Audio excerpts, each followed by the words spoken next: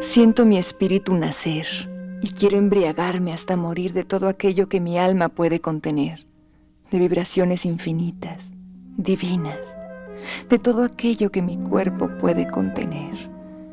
Quiero embriagarme hasta que las fuerzas me abandonen.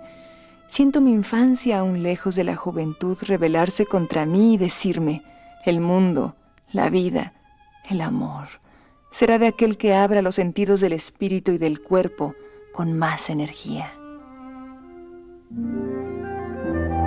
En mi concepto, Nahui Olin es uno de los personajes más insólitos que podemos encontrar en el terreno de la cultura en México. Es en realidad una mujer fascinante, una mujer de múltiples fases, de múltiples facetas, tanto en la vida, en el comportamiento humano, en la erótica, así como en la capacidad creativa. Si quisiéramos encontrar una palabra que designara en profundidad la esencia de Nahui Olin, podríamos decir que toda ella, todas sus actividades, todo lo que ella abordó está marcado por el signo de la intensidad. Nahui Olin era una gente que apreciaba el arte, que tenía ojos para el arte. Y entonces el señor doctor le enseñó a pintar. Y adquirió su estilo, un estilo naif. Yo no sabía quién era ella. Una mirada triste, apagada, unos ojos verdes que debieron haber sido de alguna mujer bellísima en alguna otra época, pero con mucha amargura interna. Nació en una familia de la aristocracia porfiriana de buenas costumbres. Fue una de las mujeres más bellas de la Ciudad de México en los años 20. Provocó los más sonados escándalos de la época. Fue admirada por su inteligencia y audacia, por la elocuencia y fluidez de su poesía, por la profundidad de sus reflexiones, por su habilidad plástica, y murió en la miseria, olvidada y por muchos repudiada. Carmen Mondragón dejó de serlo para convertirse en Nahui Olin, personaje mítico, mujer que fue más allá de los límites impuestos por la sociedad, dejó importantes obras. Sin embargo, la principal fue su manera desprejuiciada y libre de vivir. Junto con un grupo de mujeres de su época, entre la que destacan Frida Kahlo, Guadalupe Marín, Antonieta Rivas Mercado y Tina Modotti, fue pionera en el replanteamiento del papel de la mujer y en consecuencia del hombre dentro de la sociedad. Una mujer múltiple, una mujer llena de facetas, rica de facetas tanto en el terreno humano como en el terreno cultural, ya que representa uno de los primeros gritos, de los primeros ecos de libertad en el comportamiento del potencial femenino. Considero que en ese sentido Nahui Olin es una de las mujeres visionarias de su época que trata de abrir nuevos caminos en el terreno de la cultura que podríamos llamar femenina. El cáncer de nuestra carne que oprime nuestro espíritu sin restarle fuerza es el cáncer famoso con que nacemos, estigma de mujer. Ese microbio que nos roba vida proviene de leyes prostituidas de poderes legislativos, de poderes religiosos, de poderes paternos. Y algunas mujeres con poca materia, con poco espíritu, crecen como flores de belleza frágil, sin savia, cultivadas en cuidados prados para ser trasplantadas en macetas inverosímiles. María del Carmen Mondragón Balseca nació el 8 de julio de 1893 en la Ciudad de México y fue la quinta de los 7 hijos del matrimonio formado por Mercedes Balseca y el general Manuel Mondragón. En 1897, Manuel Mondragón viajó a Francia, acompañado por su esposa y sus hijos, probablemente comisionado por el gobierno de Porfirio Díaz para perfeccionar el diseño de un cañón en el cual había estado trabajando. Durante ese tiempo, Carmen, lo mismo que sus hermanos, estudió en París y recibió una esmerada educación tal y como correspondía a los hijos de familia de la época. En 1905, la familia Mondragón regresó a México y se instaló en su casa de Tacubaya en la calle de General Cano, en cuyos corredores se habían mandado realizar unos murales con paisajes europeos que llamaban la atención de la pequeña Carmen, quien siempre se sintió atraída por la pintura. A su regreso a México, Carmen ingresó en el Colegio Francés, en donde asombró a sus maestros por su precocidad intelectual y su cultura, que eran algo fuera de lo común en una niña de su edad, pues mostraba conocimiento sobre las ideas de pensadores como Voltaire y Rousseau. Ya desde los 10 años escribía textos en los que hacía reflexiones que muchos consideran demasiado complicadas para una jovencita de su condición y sus años. Parte de los textos que escribió en su infancia, en francés, fueron publicados en el año de 1924 bajo el título de A los 10 años sobre mi pupitre. Soy un ser incomprendido que se ahoga por el volcán de pasiones, de ideas, de sensaciones, de pensamientos, de creaciones que no pueden contenerse en mi seno, y por eso estoy destinada a morir de amor. No soy feliz, porque la vida no ha sido hecha para mí, porque soy una llama devorada por sí misma y que no se puede apagar, porque no he vencido con libertad la vida, teniendo el derecho de gustar de los placeres, estando destinada a ser vendida como antiguamente los esclavos, a un marido. Protesto a pesar de mi edad por estar bajo la tutela de mis padres. El año de 1913 es muy rico en acontecimientos, más bien diríamos casi abrumante en acontecimientos, desde los eminentemente políticos como los afectivos o emocionales de Carmen Mondragón. Este mismo año, el 6 de agosto, Carmen Mondragón contrae nupcias con un aprendiz de diplomático, un hombre talentoso que es Manuel Rodríguez Lozano, que posteriormente descollaría como uno de los grandes pintores de México. La participación del general Mondragón en el episodio de la historia de México que se conoce como la Decena Trágica, en febrero de 1913, fue muy importante. Por sus méritos, el general Mondragón fue recompensado por Victoriano Huerta con el nombramiento de secretario de Guerra y Marina en 1913. Pero a finales de ese mismo año, los intereses políticos del entonces presidente Huerta tienen como consecuencia el exilio del general Mondragón. Manuel Mondragón viaja entonces con parte de su familia a Europa y al poco tiempo se les unen Carmen y Manuel, recién casados. La familia Mondragón se establece en París y al estallar la Primera Guerra se trasladan a San Sebastián, en España. Durante esta estancia, el matrimonio tuvo encuentros con importantes figuras de la pintura como Matisse, Picasso y Braque. Ambos inician un periodo creativo y se dedican a pintar. Se dice que Manuel Rodríguez Lozano, más que el afecto que le pudo tener a las mujeres, tuvo una tendencia homosexual hacia los hombres. Esto habría que estudiarlo mejor, aclararlo mejor. Pero en ese sentido parecería extraño la relación que se dio en este momento. ¿Qué es lo que produce esta boda aparentemente extraña por la incompatibilidad de temperamentos que se han venido rastreando entre los dos personajes, Carmen Mondragón, Manuel Rodríguez Lozano?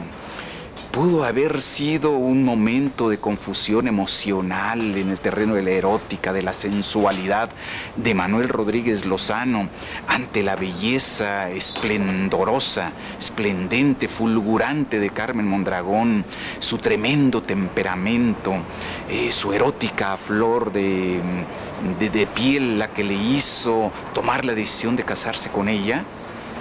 Puede inclusive existir la posibilidad de que realmente en un principio estuviera profundamente enamorado de Carmen Mondragón, Manuel Rodríguez Lozano, y hubiese intentado una vida, entre comillas, de lo que llamamos normal. Sin embargo, aparentemente pronto surge un problema. Surge un problema de incompatibilidad ya en el mismo año de 1915. Entonces, aquí hay algunas cosas, pues, un poco extrañas, oscuras, en esta relación entre Carmen Mondragón y Manuel Rodríguez Lozano, que hasta la fecha todavía siguen provocando incertidumbres y que no están del todo totalmente aclaradas. Manuel Rodríguez Lozano, él mismo se encargó de difundir entre sus discípulos y entre sus amistades el que Carmen Mondragón le había quitado la vida a su hijo. Esto debió haber sido en España.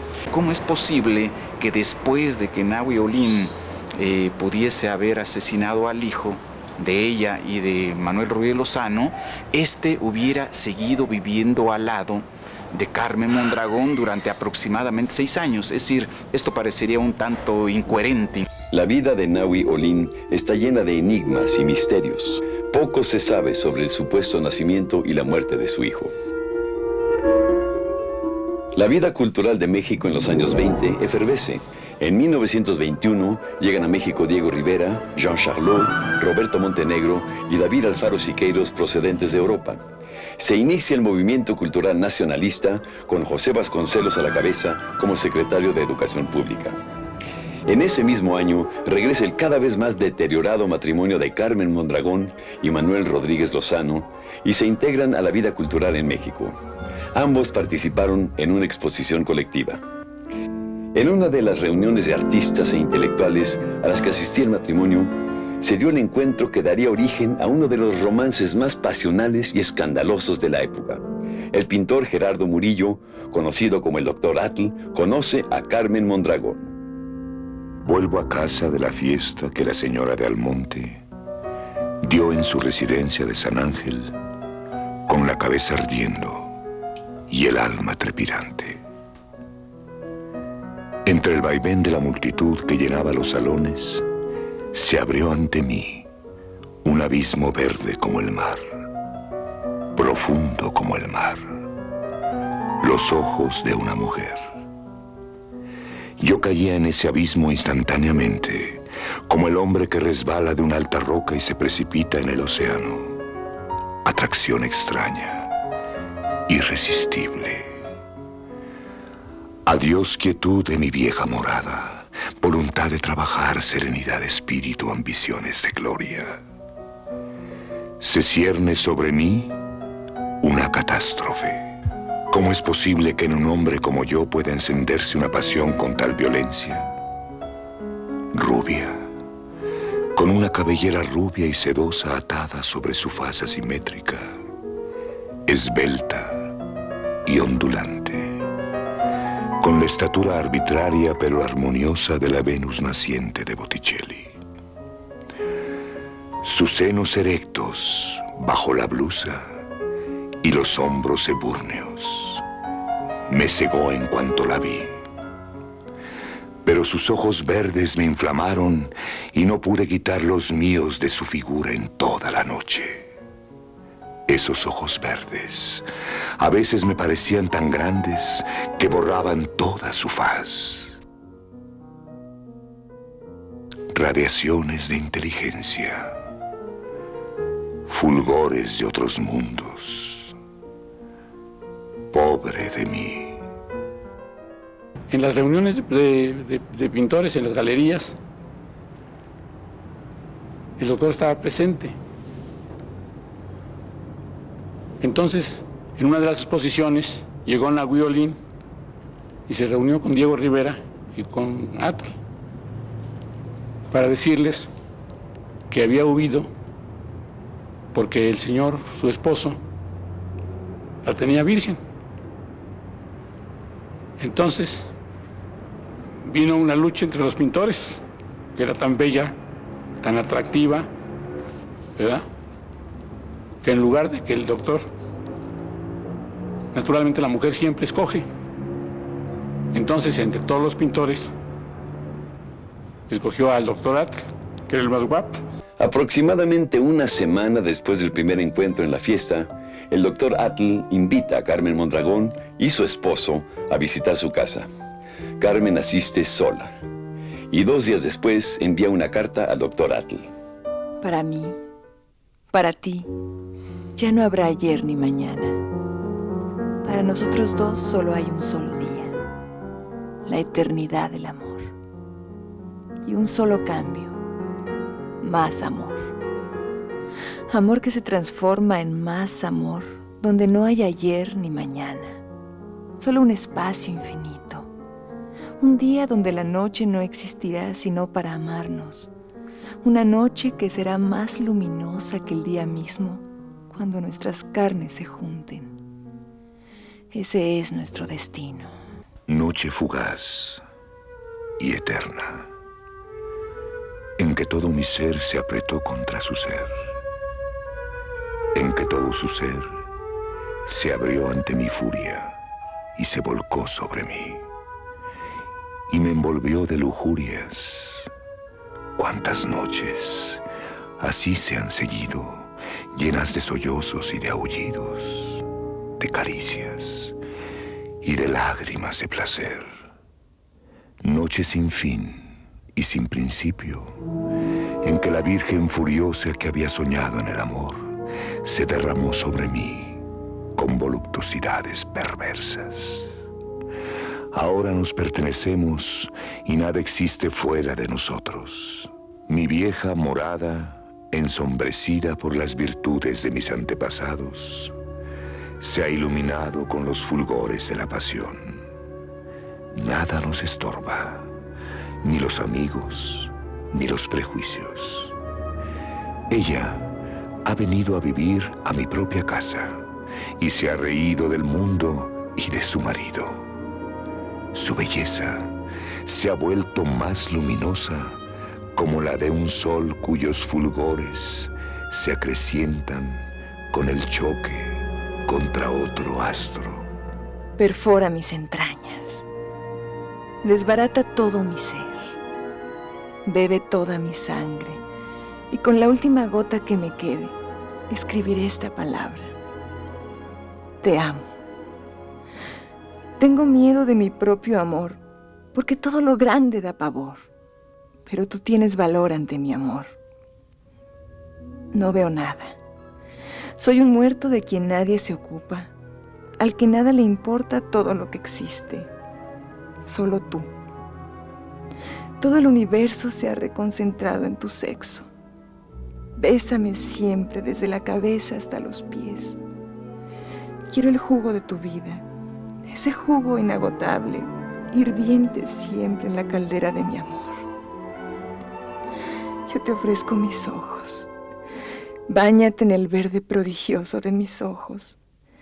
Nada en las profundidades de sus abismos y me amarás más. La relación con el Dr. Att fue una relación muy intensa, sobre todo porque se desarrolla tanto en el terreno como el de la erótica, como de la amistad y como el gran terreno de la cultura. La comprensión de ellos en un principio fue mutua, fue de gran identificación humana y de comportamiento y de reto a la sociedad que los criticaba severamente, pero también fue una de las etapas más fructíferas en la vida de estos dos artistas. ¿Por qué Nahui Olin? Bueno, porque sería la única forma de que se amaran en un terreno de epopeya prehispánica, ¿no? Pero también probablemente se debía al temperamento de Carmen Mondragón, que estaba ya adquiriendo su verdadera dimensión, y este Nahui Olin, que quiere decir 4 movimientos, sería la dinámica que le ha venido a imbuir a la relación entre él y Carmen para desarrollar una enorme cantidad de temas y de elementos creativos. Mi nombre es como el de todas las cosas, sin principio ni fin. Y sin embargo, sin aislarme de la totalidad, por mi evolución distinta en ese conjunto infinito, las palabras más cercanas a nombrarme son Nahui Olin. En 1922 publica, motivada por el Dr. Atl, Óptica Cerebral, Poemas Dinámicos. Un año más tarde se publicó el libro Câlinement je suis dedans, originalmente escrito en francés y cuyo título se podría traducir como Cariñosamente estoy dentro. Esta obra provocó un escándalo por su estilo libre, abierto y sin prejuicios, y le acarreó a Nahui Olin el desprecio de las familias decentes, mientras que fue muy bien recibido entre los escritores de la época. A raíz de la publicación de este libro, una monja que fuera maestra de Nahui en el colegio francés hizo llegar a manos del Dr. Atl un paquete con escritos que el artista había realizado cuando tenía 10 años. El contenido del paquete fue revisado por esta última y fue publicado en 1924 bajo el título de A 10 ans sur mon pupitre. Por las noches, en el silencio de la vasta estancia, dormíamos en nuestro antiguo lecho, testigo y víctima de nuestros amores. Una de esas noches, Después de una breve discusión, yo me dormí profundamente. Pero en medio de mi sueño, empecé a sentirme inquieto, como si fuese víctima de una pesadilla, y abrí los ojos. Estaba sobre mí, desnuda, con su cabellera revuelta sobre mi cuerpo, empuñando un revólver cuyo cañón apoyaba en mi pecho. Tuve miedo de moverme. El revólver estaba martillado, y el más leve movimiento hubiera provocado una conmoción nerviosa en ella, y el gatillo hubiera funcionado. Todo esto lo pensé en un milésimo de segundo. Me la quedé mirando, como mira un muerto. Poco a poco, ella fue retirando el revólver, y cuando mi cuerpo estuvo fuera de su alcance, rápidamente le cogí la mano y le doblé el brazo fuera de la cama. 5 tiros que perforaron el piso pusieron fin a la escena. Cogí el arma descargada, la puse debajo de la almohada y me volví a dormir sin decir palabra. Y hay un libro que contiene las cartas de Nahui Olin y el doctor sobre sus amores. Pero eran amores tormentosos. Eran amores tormentosos porque la Nahui Olin era tormentosa. Así como perseguía a su marido, ¿verdad?, con un alfiler.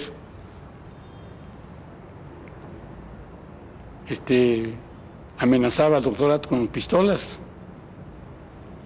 Muchas veces el doctor Atle amaneció abriendo los ojos con una pistola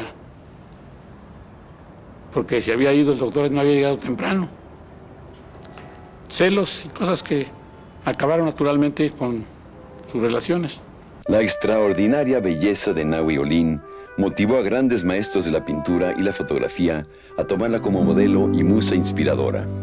Entre ellos destaca, por supuesto, el doctor Atle, quien realizó varios dibujos y pinturas, además de publicar un libro con poemas dedicados a ella. Diego Rivera sentía una especial atracción y admiración hacia Nahui desde que éste era adolescente, y la plasmó en 5 de sus murales, incluido el primero que pintó titulado La Creación en el Anfiteatro Bolívar de la entonces Escuela Nacional Preparatoria. En este, la hermosa mujer, de enormes ojos verdes y cabellos dorados, aparece representando a la poesía erótica. En los murales Día de Muertos de la Secretaría de Educación Pública e Historia de México, de Palacio Nacional, Rivera sintetiza la imagen de Nahui en uno solo de sus ojos.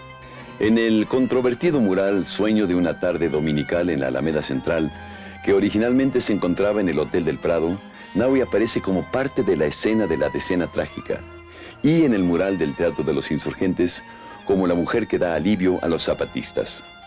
Nahui también fue inspiración y modelo de Jean Charlot, Roberto Montenegro, Alfredo Ramos Martínez, Rosario Cabrera, Adolfo Quiñones y Edward Weston, a quien el artista también pintó.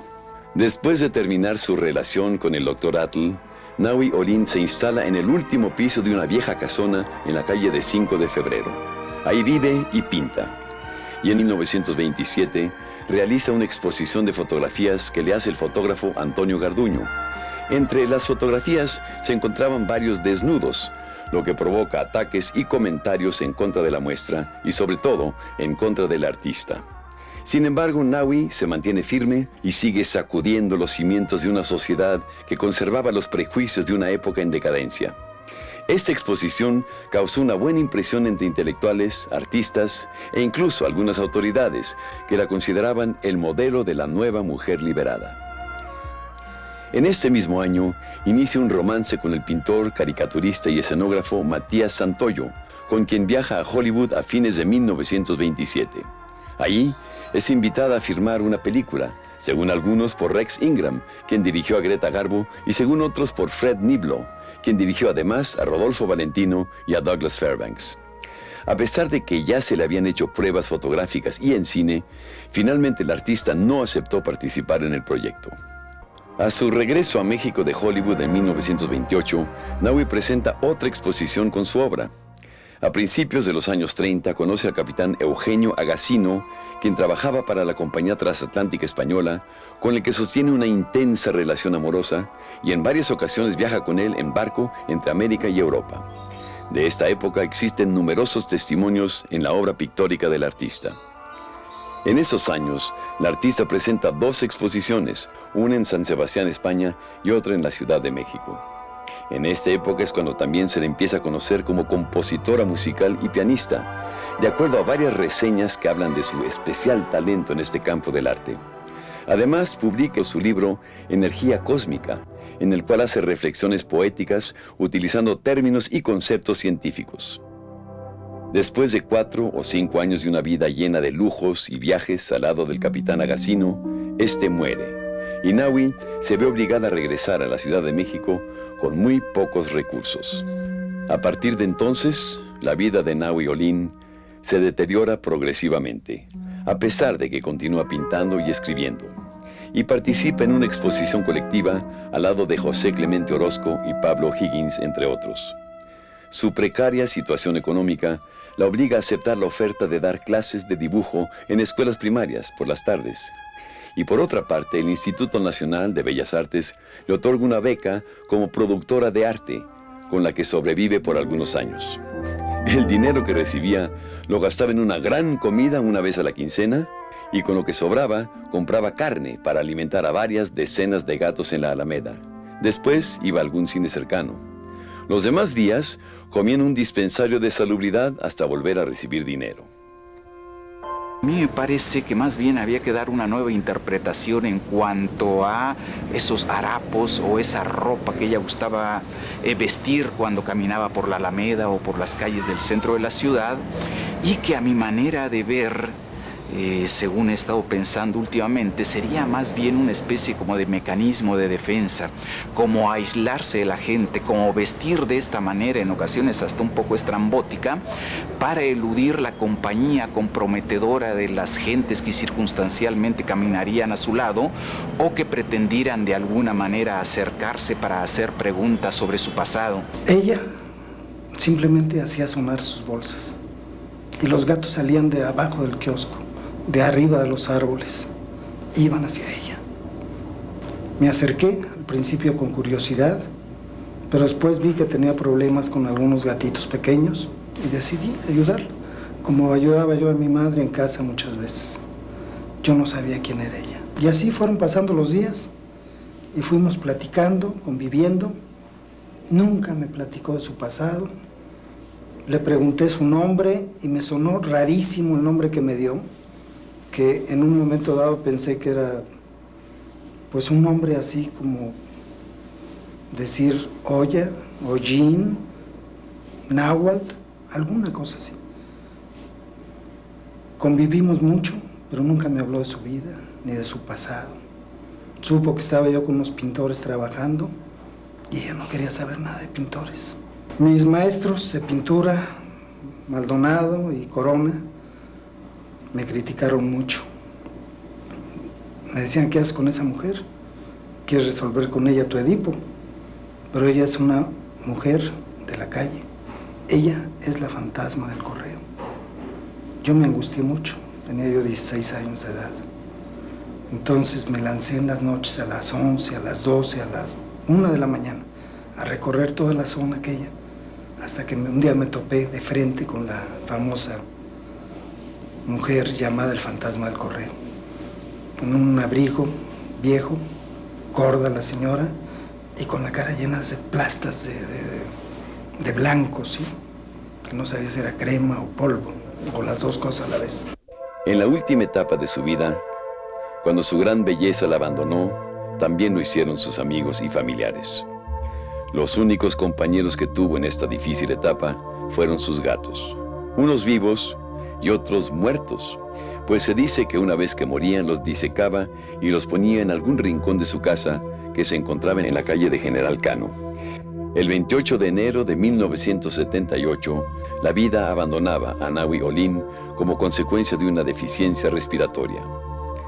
La genialidad, la admiración, la locura, la libertad, la desfachatez, el escándalo, el misticismo, la violencia, la pasión, la rebeldía, la creación y finalmente la miseria y la soledad son términos que describen la amalgamada sensibilidad de Nahui Olin, quien fue todo esto y más. Independiente fui para no permitir pudrirme sin renovarme.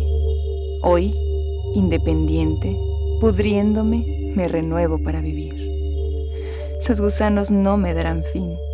Son los grotescos destructores de materia sin savia, y vida dan con devorar lo ya podrido del último despojo de mi renovación. Y la madre tierra me parirá, y naceré de nuevo para ya no morir.